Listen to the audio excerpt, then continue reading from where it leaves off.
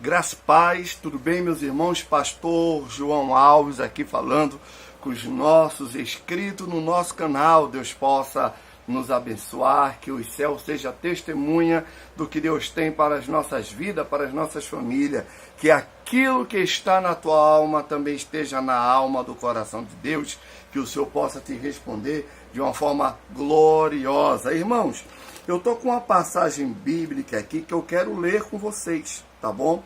Estou com uma passagem bíblica aqui bem interessante, que eu quero comungar com vocês no livro de Atos dos Apóstolos, capítulo de número 6, que fala sobre a instrução da igreja, a igreja primitiva que crescia em graça e em conhecimento. Deixa eu ler para vocês o livro de Atos dos Apóstolos, capítulo de número 6, e eu vou aqui falar algum assunto com você aqui seríssimo. Atos dos Apóstolos 6 fala assim: ora, naqueles dias multiplicou-se o número dos discípulos, houve murmuração dos helenitas contra os hebreus, porque as viúvas deles estavam sendo esquecidas na distribuição diária, que fala que na realidade que as viúvas estavam passando necessidade e o ministério apostólico não estavam percebendo essa falha, né? Versículo de número 2. Então os 12 convocaram a comunidade dos discípulos e disseram: não é razoável que nós abandonemos a palavra de Deus para servir à mesa. Mas, irmãos, escolhei dentre vós 7 homens de boa reputação, cheios do espírito e de sabedoria, as quais encarreguemos deste serviço. Preste atenção, eu vou ler esta mesma passagem aqui em outra tradução, para a gente ter um raciocínio melhor do que foi feito aqui nessa região. Eu vou pegar a minha Bíblia aqui, que é a King James, ou King Jones, como você queira falar, Bíblia King James, de ano de 1660. Deixa eu ver se é isso mesmo. Isso aqui é King de ano de 1660. Deve ser alguma coisa assim. Deixa eu me atualizar aqui na Bíblia. É 1611. É a King James, a minha Bíblia, de 1611, tá bom? Deixa eu ler Atos dos Apóstolos, capítulo de número 6. Atos, capítulo 6. E vamos ver como vai ser a mesma escrita e a interpretação que nós vamos ter aqui. Acredito um pouco diferente. Capítulo 6. Deixa eu ler. E naqueles dias, multiplicando-se o número dos discípulos, surgiu ali uma murmuração dos gregos contra os hebreus, porque as suas viúvas eram negligenciadas na ministração diária. E os 12 convocaram a multidão dos discípulos e disseram: não é razoável que nós deixemos a palavra de Deus e sirvamos às mesas. Por isso, irmão, escolhei entre vós 7 homens de bom testemunho, cheio do Espírito Santo e sabedoria, as quais possamos nomear sobre estes serviços. Deixa-me entrar aqui nessa situação. Antes de tudo, eu quero dizer para você que esse vídeo aqui é para os nossos assinantes, tá bom? Para os nossos assinantes. Se você está assistindo esse vídeo, eu convido você a você entrar no link desse vídeo que foi compartilhado, você clicar em se inscrever, depois clicar em notificações para você sempre receber vídeos novos. Eu tenho mais de 40 vídeos que já estão circulando aqui nesse canal, tá bom? O meu canal é canal youtube.com/Pastor João Alves. Meus irmãos, a Bíblia Sagrada, olha só Olha só, a Bíblia Sagrada fala sobre o crescimento da igreja. O grande crescimento da igreja após a morte e ressurreição de Cristo Jesus. Depois que Jesus morreu, todo o dinamismo, toda a dinâmica que o próprio Deus, que o próprio Jesus deu aos seus discípulos, foi desenvolvido na vida dos discípulos. Ou seja, o Senhor Jesus, ele gastou quase 3 anos da sua vida ensinando os discípulos como eles deveriam continuar o seu trabalho. Jesus foi e os discípulos continuaram o legado de Jesus. Qual foi o legado de Jesus? O amor. O maior legado que Jesus deixou para a igreja foi o amor ao próximo. Jesus sempre se preocupou em amar o próximo, em abraçar o próximo, em abraçar o leproso, em alimentar o doente, em curar os enfermos. Esse foi o legado de Jesus. E os discípulos, na realidade, só começaram a entender isto no dia do Pentecostes. No dia do Pentecostes, quando estavam todos reunidos no cenáculo, o Espírito Santo veio e foi derramado o Espírito Santo sobre todos eles. Jesus disse que ele iria, mas mandaria, e o Pai mandaria o Espírito Santo Consolador. E esse mesmo Espírito Santo veio como um professor de exegese e começou a ensinar os discípulos o que Jesus falara. É tanto que você vê o apóstolo Pedro falando que eles não estavam embriagados, mas estavam cheios do Espírito Santo, que foi uma promessa que Jesus falou. E você vê Pedro, uma pessoa não culta, dando uma palestra como se fosse, irmão, uma pessoa culta, como fosse uma pessoa letrada.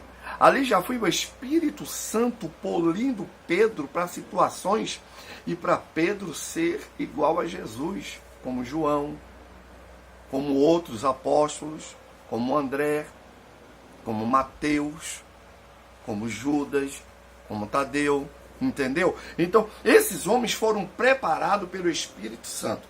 E quando eles começaram a trabalhar, quando eles começaram a divulgar o Evangelho, irmão, não adianta a gente querer comparar o Evangelho do século XXI com os Evangelhos dos apóstolos.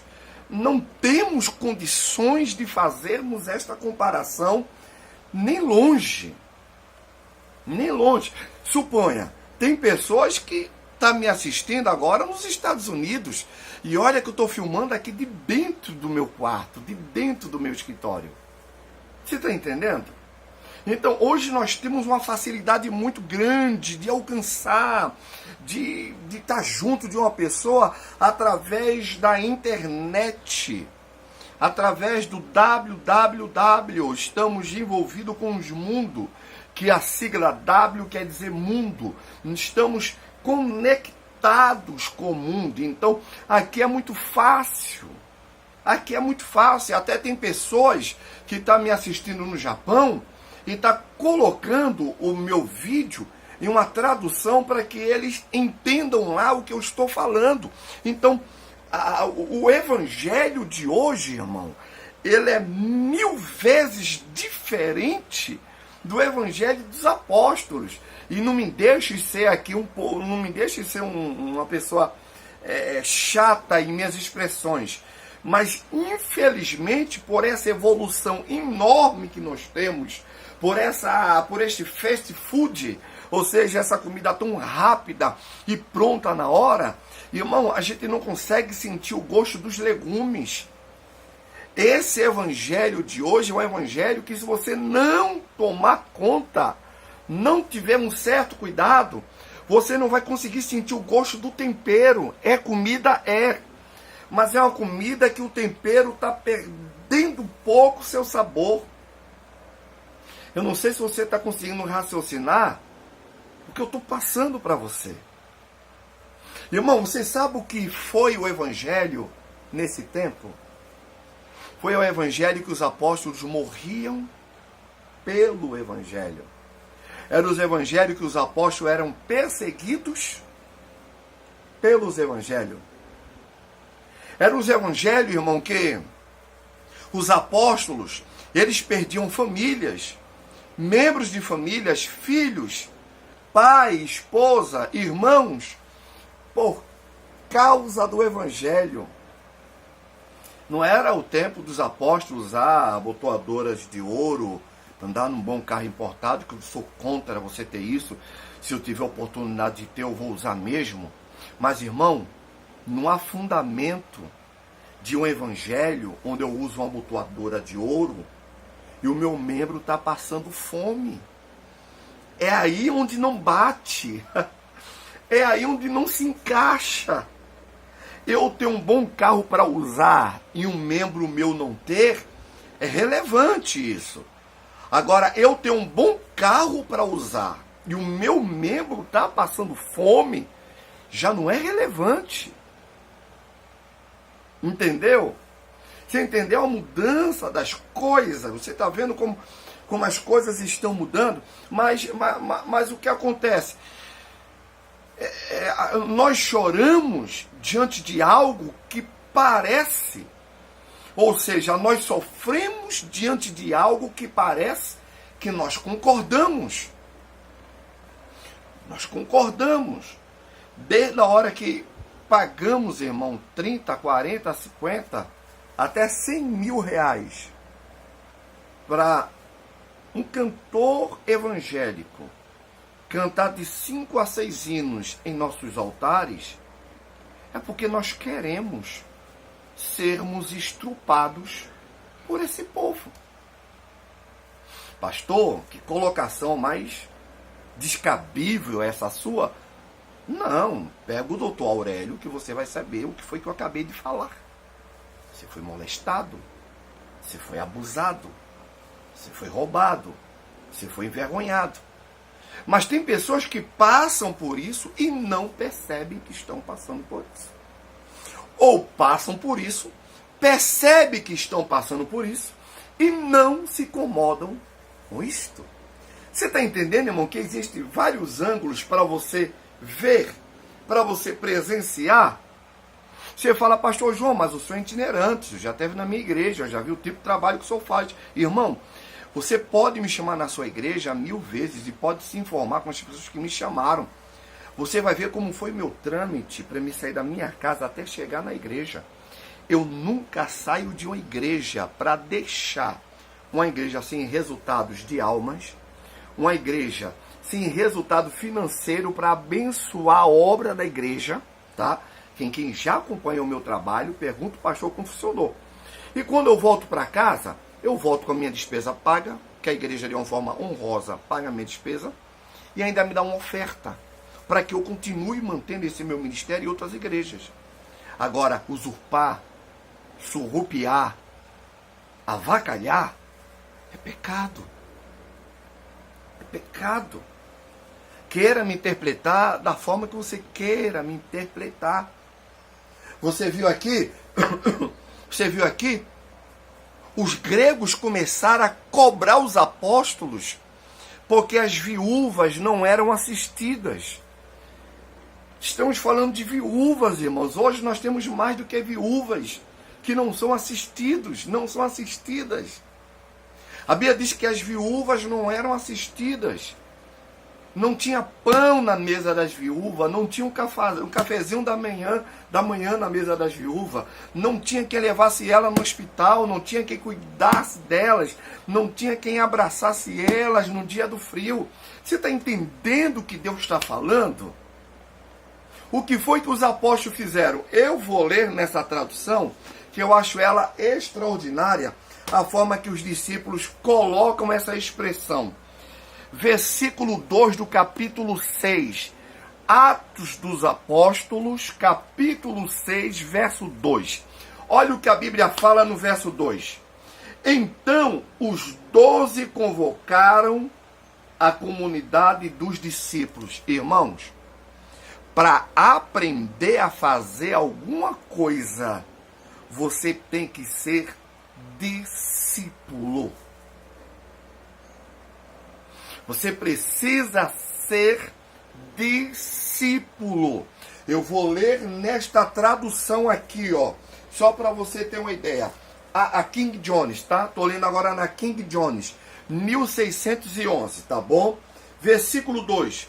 E os 12 convocaram a multidão dos discípulos. Não mudou? É discípulo aqui também. Eu vou ler para você agora em outra tradução aqui, ó. É esta tradução que é uma das traduções mais corriqueira que existe.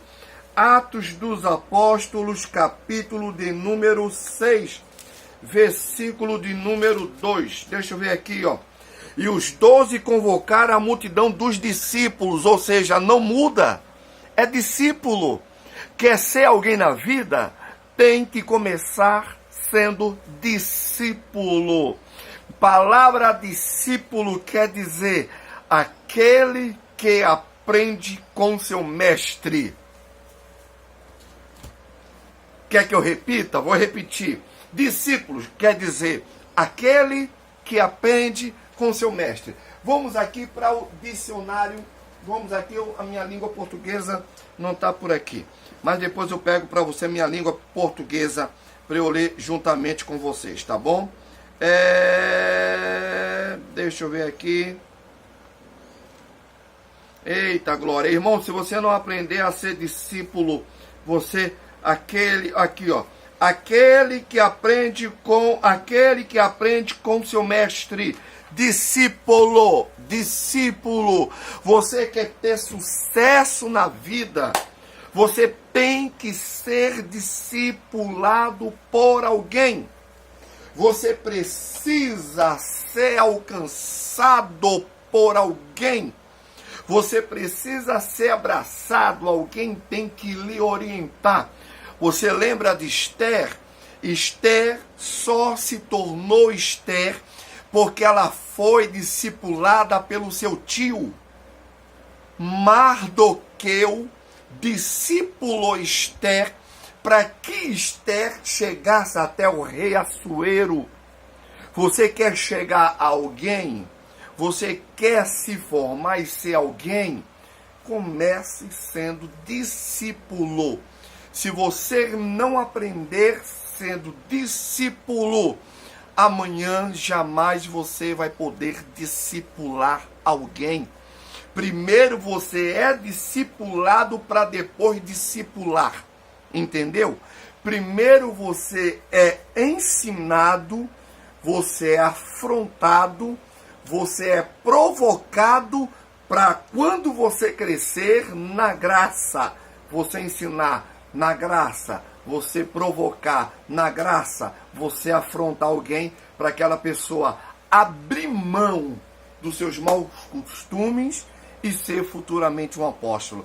Você viu que quando os apóstolos souberam da queixa que foi feita, os apóstolos, eles chamaram os discípulos. Eles chamaram pessoas que já foram instruídas. Ele não chamou pessoas não instruídas. Chamaram as pessoas instruídas e as pessoas que estavam sendo instruídas. E eles fizeram uma reunião e disse, olha, escolham. Aleluia. Alguém poderia se autodenominar, irmão, levantar a mão e dizer, eu vou, Pedro. Ô Timóteo, eu vou, deixa que eu vou. Ô Lucas, eu vou, eu tô... Não, a Bíblia falou assim, ó, escolham, façam uma assembleia. Escolham entre vocês alguém. Irmão, houve uma democracia. Eles escolheram, eles nominaram, eles disseram, olha, fulano, ele tem um espírito. E não foi para escolher qualquer um, não. Eu vou mais além, deixa eu ler aqui para você entender. Para você entender o que é que Deus quer de nós, irmão. Eu vou ler para vocês aqui para você entender o que é que Deus quer da igreja de hoje. Olha aqui, ó, versículo 3. Mas irmãos, escolher dentre vós 7. 7, lembra você alguma coisa? É o número da perfeição. Os apóstolos estão dizendo assim, ó, vamos aperfeiçoar isto. Vamos gerar perfeição em cima disso. 7. não é só 7. Se é para ser 7, tem que ter essas qualidades. 7 homens de boa reputação. O que é uma reputação? É caráter, é respeito, é pessoas que comprem, que tenham intenção de pagar. E quando a crise vem no meio do pagamento, a pessoa tem que ter a humildade de chegar para o seu credor e dizer: aconteceu isto, e eu não estou tendo condições agora para pagar, mas eu estou dando a satisfação que eu vou pagar. É isso aqui, ó, que Paulo, que os apóstolos estão falando, ó, que tem que ter uma boa reputação. Fulano não está devendo a você? Está devendo, mas ele já justificou e ele, com o poder, ele paga. É porque o cara tem uma boa reputação. Que coisa interessante, irmão. Ele não é marido de várias mulheres. Ele é homem de uma só mulher. Boa reputação. Coisa linda, né? Escolher uma pessoa de reputação. Coisa linda. Cheio do Espírito Santo. Olha, irmão, olha a colocação. Os discípulos não pediram uma pessoa cheia do Espírito Santo. Pediu uma pessoa de reputação. Porque você não pode ser cheio do Espírito Santo para depois ter reputação. Não. Primeiro você tem uma reputação para depois ser cheio do Espírito Santo. Isso é forte. Isso é muito forte, tá? Não adianta, irmão, estar cheio do Espírito Santo pintando e bordando por aí. Não adianta. Cuidado, tá? Estão te ensinando errado. É falta de professor que tenha pelo menos pudor para ensinar para você o certo. Tá bom? Para ser cheio do Espírito Santo, você precisa ser um homem, uma pessoa de reputação. Vamos mais adiante. E de sabedoria, cheio do Espírito Santo e sabedoria. Irmão, se você não tiver o Espírito Santo, você jamais vai ter sabedoria. Olha, o obreiro tem que ter uma boa reputação, tem que ser cheio, não pode só ter o Espírito Santo, ele tem que ser cheio. Sabe o que quer dizer a palavra cheio? A palavra cheio quer dizer transbordante. Irmão, um vídeo desse tem que ser compartilhado 10 vezes pela mesma pessoa. 10 vezes, pelo menos, pela mesma pessoa, irmão. Aí, amanhã ou depois, você não pode abrir a boca e falar dizendo: puxa vida, eu não tenho quem me ensine. Irmão, a tecnologia de hoje não aprende quem é fanfarrão. Quem não quer abraçar, quem não quer se envolver, quem não quer entrar nos mistérios, irmão, os mistérios de Deus. Calabachurinácia, tá aí os mistérios, manto do Senhor, derecanto de revachúria. Deus quer abençoar você, mas você precisa abrir a mente. Você precisa abrir a mente para uma verdade, para uma realidade. Você tem que ter boa reputação, você tem que ser cheio do Espírito Santo e tem que ter sabedoria, irmão. Senão você não vai chegar em canto nenhum. Canto nenhum. Vamos fazer a igreja de ontem ser a igreja de hoje em glória.